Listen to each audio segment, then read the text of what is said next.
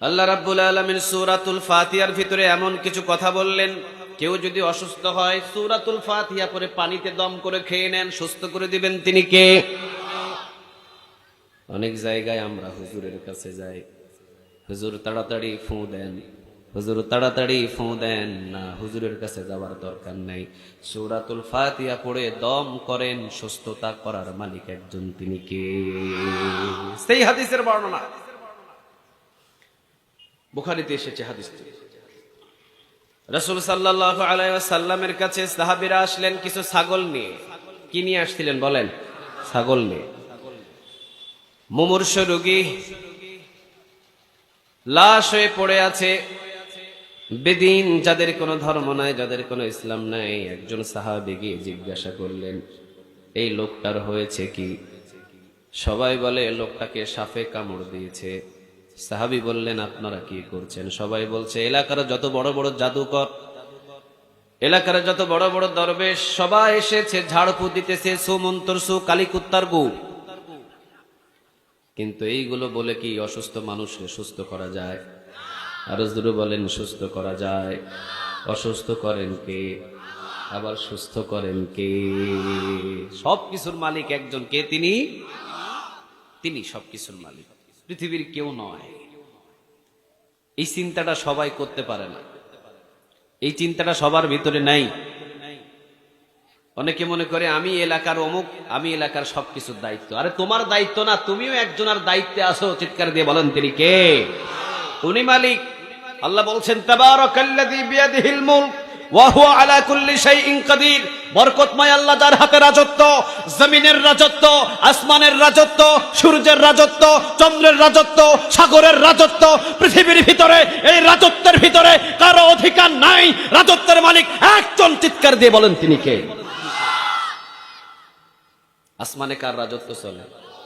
ওই সূর্য কার হুকুম মানে? ওই চন্দ্র কার হুকুম মানে? ওই সাগরের পানি কার হুকুম মানে? জমিনে কার হুকুম চলে? কেমনে জমিনে, কেমনে আল্লাহর হুকুম চলে? আল্লাহ বুঝার তৌফিক দান করুক, আমরা বলি আমিন। আরো জোরে একটু চিৎকার দিয়ে বলেন আমিন।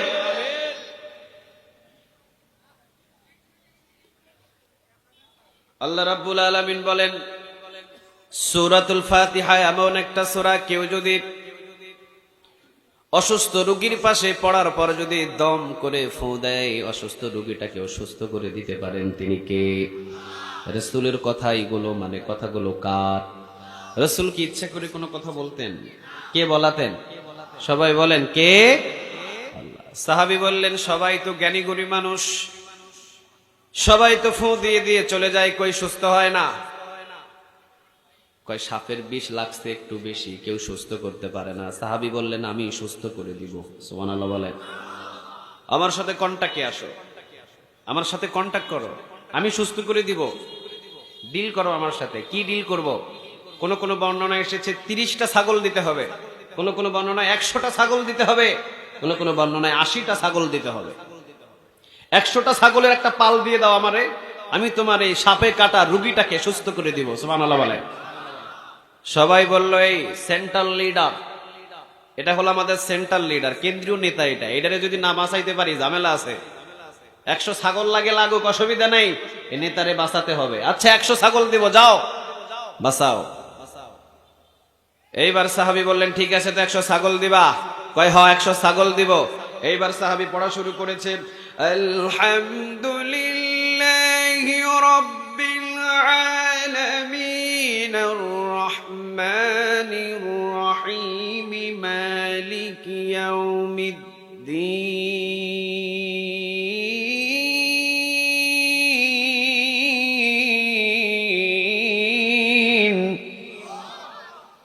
একের পর এক সূরাতুল ফাতিহা থেকে ওয়ালাদ-দাল্লিন পর্যন্ত সর্বপ্রথম একবার পড়লেন। জোরে বলেন, কয়বার? একবার পড়ে যখন এই অসুস্থ সাপে কাটা রোগীর উপরে ফু দিয়েছে, চোখ এবং হাত নাড়ানো শুরু করছে। হয় নাই? সুবহানাল্লাহ। আরেকটু জোরে বলেন। কয়বার পড়ছে বলেন? আরো জোরে বলেন, কয়বার? দ্বিতীয়বার আবার পড়লেন। দ্বিতীয়বার আবার পড়ার পর যখন আরেকটা ফু দিলেন, এবার শোয়া থেকে উঠে গেছে। সূরাতুল ফাতিহা পড়া শুরু করলেন। প্রথম ফু দিলেন, হাত নাড়ালেন, পা নাড়ালেন।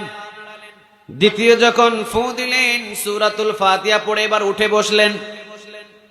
এইবার তৃতীয়বার সূরাতুল ফাতিহা পড়া শুরু করছে। সবাই তো টাসকি লেগে গেছে, সর্বনাশ, কি রে, কি পড়ে এটা।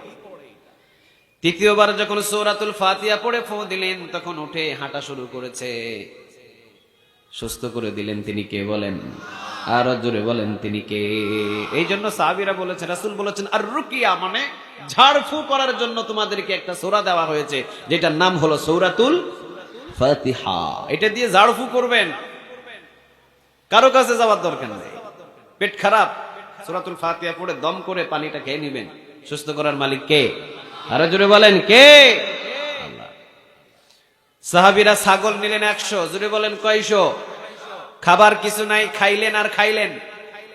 রাসূলের কাছে গিয়ে এবার কয় সর্বনাশ, খাইলাম তো ছাগল 100টা, ডিল করে কন্ট্রাক্ট করে 100টা ছাগল নিয়েছিলাম, খাই তো ফেলছি, হালাল হয়েছে না হারাম হয়েছে? রাসূলের দরবারে তো এখন জিগাই দিই।